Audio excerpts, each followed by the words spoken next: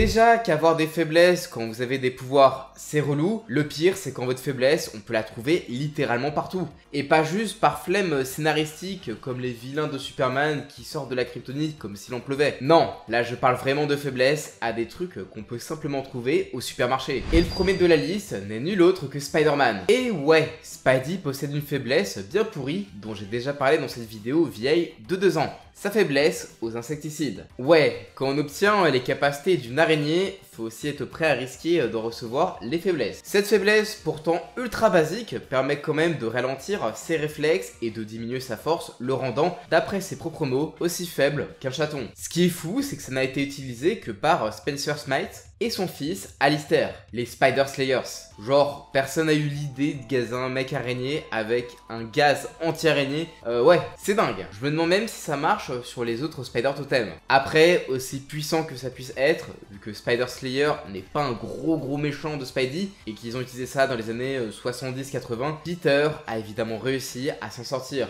Un coup parce que Spencer faisait trop le malin et l'autre sur un coup de bol face à Alistair. Après bon, pas besoin d'être Spider-Man pour douiller face à un insecticide, je vous déconseille d'y renifler. Parmi les faiblesses ridicules les plus connues, comment ne pas citer celle des Green Lantern face au bois et à la couleur jaune. Être faible simplement à tout ce qui est jaune, c'est vraiment la blague ultime pour un Green Lantern. Et pourtant, c'est une vraie faiblesse à propos de laquelle Hal a été prévenu dès le premier jour sans poser de questions. En vrai, on apprend grâce à Green Lantern, le retour d'Hal Jordan de Jeff Jones, que cette impureté jaune présente dans la batterie centrale des Green Lantern n'est autre que Parallax. L'entité jaune de la peur, enfermée là par les gardiens, rendant ainsi les anneaux de Green Lantern inefficaces contre la couleur de Parallax. À cause de ça, Hal et les autres lanternes peuvent se faire bolos de façon assez ridicule par tout ce qui est jaune. Le pire, c'est vraiment dans All-Star Batman et Robin du Millerverse. Vous savez, l'univers du Dark Knight Returns. Là, Batman et Robin se sont carrément peints entièrement en jaune dans une salle peinte en jaune pour boire de la limonade qui est jaune avant de voler l'anneau de Hal et de l'humilier en beauté sans qu'il ne puisse rien faire. C'est une faiblesse tellement drôle qu'on la retrouve souvent, que ça soit dans la série Justice League Unlimited, quand Flash balance de la bouffe jaune à travers le bouclier de John Stewart, ou dans DC Vampire,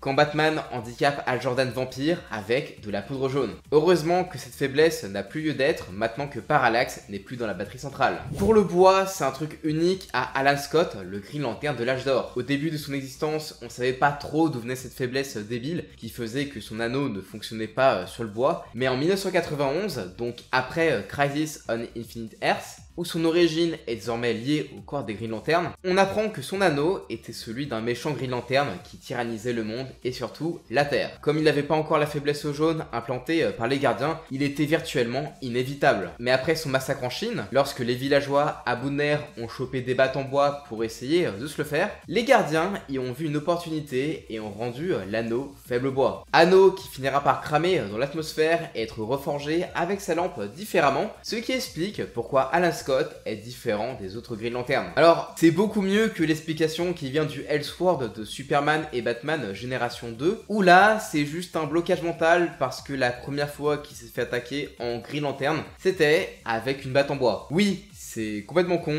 et dire que cette faiblesse est encore canon aujourd'hui. En plus, Alan Scott n'est pas le seul avec une faiblesse aussi naturelle, on va dire. Pour Power Girl, c'est même pire. Elle est vulnérable à n'importe quel matériau naturel brut et non traité, qui correspond à, en fait, tout ce que tu trouves en dehors, genre des cailloux, des branches, enfin, etc. quoi. Une faiblesse bien chelou qu'on a vu qu'une seule fois en 97 et qui a sûrement un lien avec les nombreux retcons que s'est pris le personnage depuis sa création. Genre, c'est cool d'avoir tous les pouvoirs d'un kryptonien, mais si c'est pour se faire buter par une branche, bah c'est pas franchement mieux que de la kryptonite.